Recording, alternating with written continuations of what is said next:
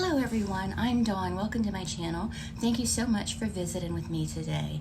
In this video, we're going to discuss Kevin Franke and what he's up to. Kevin Franke, of course, is the estranged husband of convicted child abuser, disgraced YouTuber Ruby Franke, who is currently serving time in prison for what she did to her children. And he's teamed up with his oldest daughter, Sherry, and they're asking Utah state legislators to make changes to child welfare laws. I know a lot of people think Kevin is responsible for what happened to his children, and I'm not disagreeing. To an extent, he is. And don't yell at me for this, I believe he knows that now. And yes, he took part in the mistreatment we witnessed on the 8 Passengers channel. But the good thing is, he's doing something now. Yes, this can be a stunt to try and get his children back, as they are still not in his custody, but he is speaking to legislators, and his daughter Sherry is working with him, and they're working together. And Kevin says Jody Hildebrandt and Ruby manipulated Utah's child welfare system. Jody knew the system and loopholes and taught Jody and others how to get out of investigations. Ms. Jody Hildebrandt, a professionally licensed mental health counselor in the state of Utah, knew the Utah child welfare system like the back of her hand, including its rules, its limitations, and its loopholes.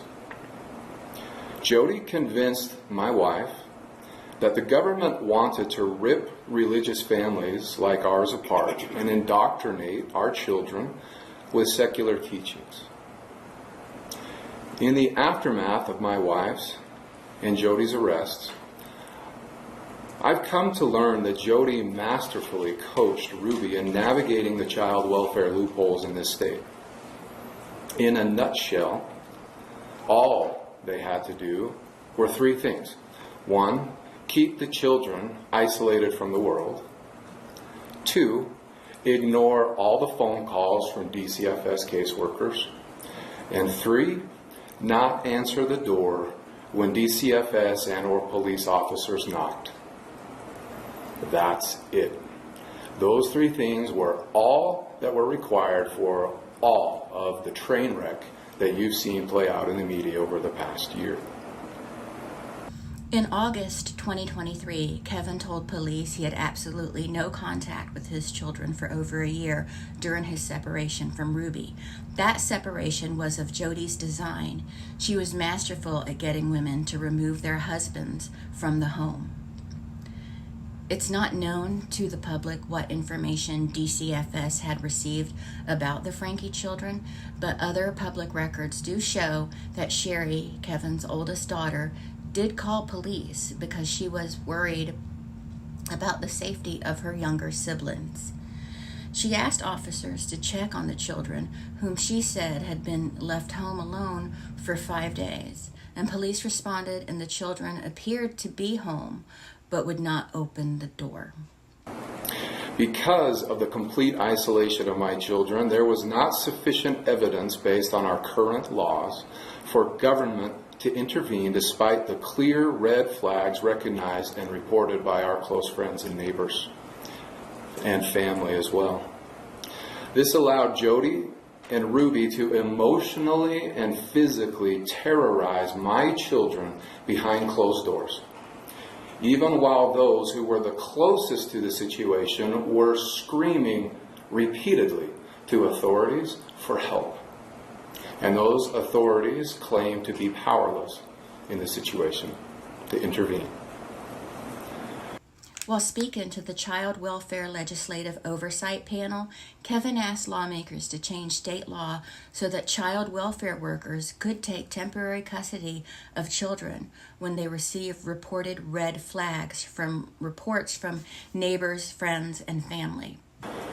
Representatives' laws need to change in this state. First, we are asking you legislators today to begin changing the laws in such a way that reported red flags from multiple individuals close to children, namely friends, neighbors, and family, be considered sufficient merit to take children into temporary protective custody without additional evidence of child abuse. Perpetrators of child abuse rarely commit such acts out in public, but behind closed doors. These individuals should no longer be able to hide child abuse by simply ignoring the phone calls and the door knocks from DCF caseworkers and waiting the obligatory 30 days before the case is closed. Second, laws regarding emotional abuse need to be created and or improved in this state. DCFS caseworkers recently told my daughter Sherry that they have never once removed a child from an abusive home due to emotional abuse in this state. Despite being much more rampant than physical abuse, emotional abuse is poorly defined by our current laws. DCFS Director Tanya Myrup said that cases where families won't cooperate with an investigation are the most difficult. To me, that's a red flag. I think that's a red flag, I would think.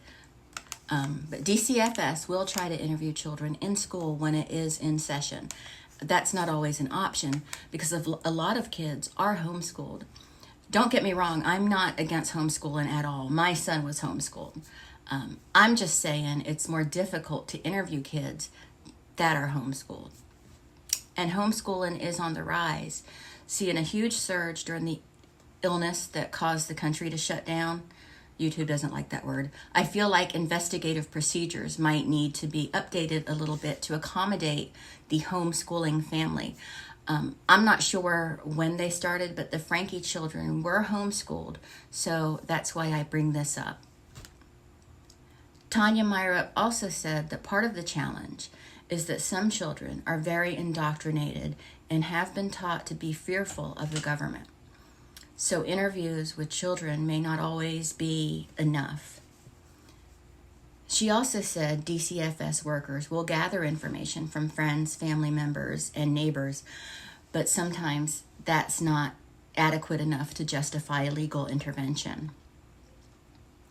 Kevin also asked legislators to complete an audit of the Division of Professional Licensing concerning complaints received and also what they knew about Jody Hildebrandt, who moved away from licensed therapist to life coach.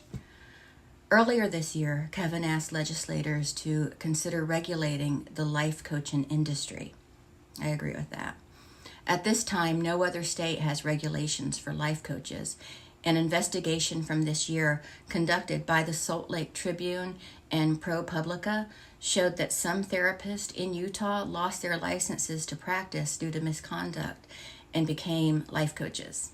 No regulation. Kevin Franke, in my opinion, makes some good points.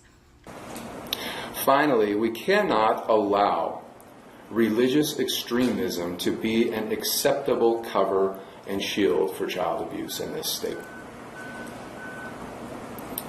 Lastly, we call on legislators to ask some very important questions regarding how Ms. Jody Hildebrandt continued to be licensed by this state as a professional mental health counselor, even after all that was apparently known about her by DOPL, the Department of Professional Licensing, since at least 2010.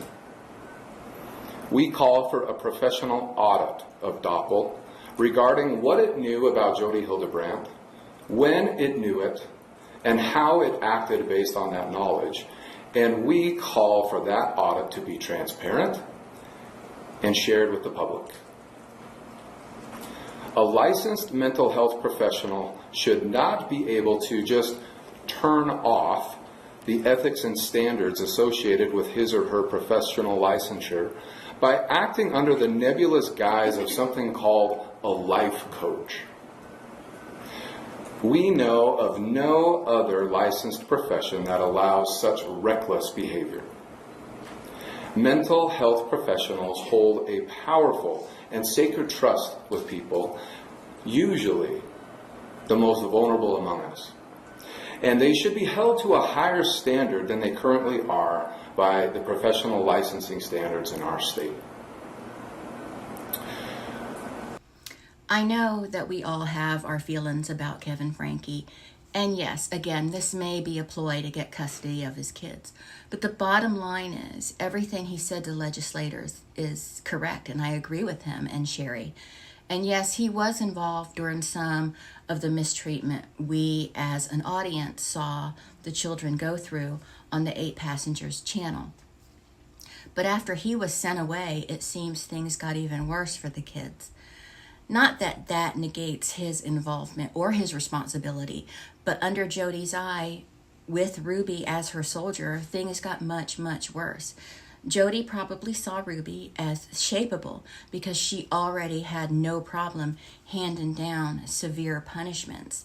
And it was already in Ruby to hand these types of punishments down. And Jody knew that and used it. She used it to get more severe punishments. To talk to lawmakers.